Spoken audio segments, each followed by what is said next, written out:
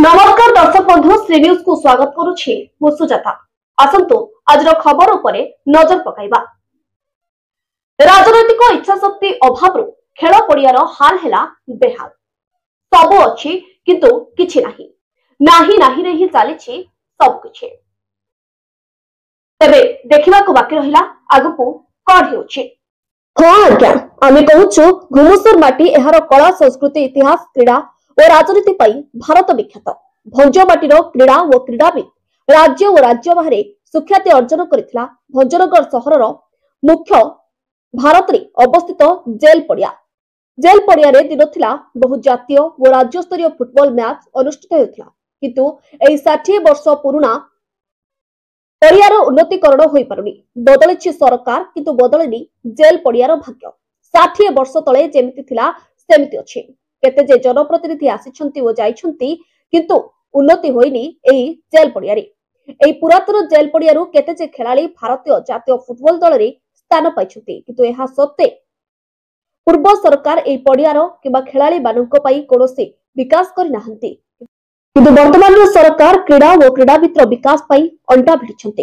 ए jail पड़ियारे उपखंड स्तरीय स्वाधीनता दिवस पालन हेतु भाबरे अतिथि भाव आसिथिबा उपजिलापाल मध्य एही पड़ियारे विकास पाई चिंता करि नाहंती।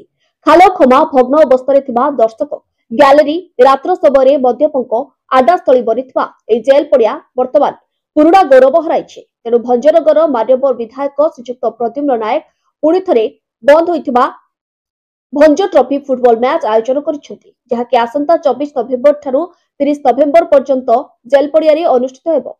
एही फुटबॉल मैच रे बहु बाहर राज्यर नामीदामी खेलाड़ी भाग नेबे। एही राज्य स्तरीय फुटबॉल को आयोजित करितबा जोगु बहु क्रीड़ा प्रेमी उत्साहित होइछंती। तेणु एठी देखिबा को बाकी रहिला केबे ओ केमिति एही पुरातन जेल पड़िया रे विकास होई परिबो। उन्नतीकरण में मु बहुत थरा कंप्लेन करिछि। एसडीओ आरंभ करी समस्त को मु कंप्लेन करिछि। ग्राउंड टिको ये करंतु साइज करंतु मात्र प्रशासन तो कोनोसी हस्तक्षेप ना किछि ना ग्राउंड रे ग्रास लगिया दरकार। पूरा ग्राउंड प्रॉपर ग्राउंड तैयारी होबो आ ग्रास लागिवो आ गेट सब भी सब बेले पड़िवो। भितरे माने गाई फाई सब भितरे पसी पूरा ये करूछंती। तार सुव्यवस्था जदि होई थांदा भल होई थांदा। ए स्टेडियम तो आमे जहा देखुचु एमिदी ही अछि। आमे पिला बेलो एमिदी ही देखुचु जेतु ए वर्ष आमे आगु को बढ़ीचु टूर्नामेंट करिया पे आमर आशा और विश्वास भंज ट्रॉफी फाइनल मैच रे आमर स्पोर्ट्स मिनिस्टर आसवा को आसी पारंती जेतु तांगे आसिले भंज ट्रॉफी आमर स्टेडियम रो उन्नति होला आमर समस्त आशा।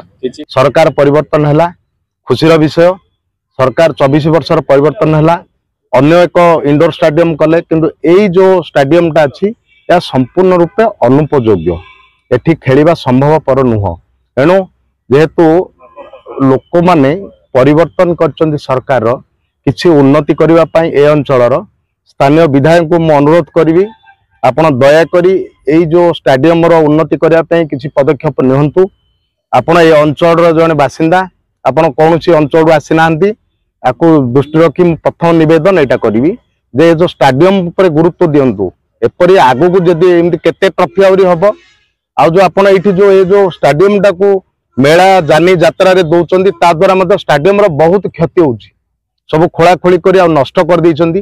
वर्तमान देखिबे एई जो स्टेडियम टा एठी केवल गोरु गाई चरिया पई एका उद्दिष्ट ये स्टेडियम नो ए गोटे लज्जाजनक विषय आम घुमुसर वासी पई। एठी जदि के देखुथिबे जे एठी गोटे भंज ट्रॉफी होउची बाहर राज्य रो बहुत लोक आसुचंदी खेलाड़ी माने मध्ये आसीबे एवं कहिबे जे एठी कोनोसी प्रकार उन्नतिमूलक कार्य हो नाही। तेणु आम दल आम सरकार को मध्य निंदित करा जिवो। आपण मानकु मु एई चैनल माध्यम रे अनुरोध करछि स्थानीय विधायकों को एथि प्रति टिके दृष्टि देबे।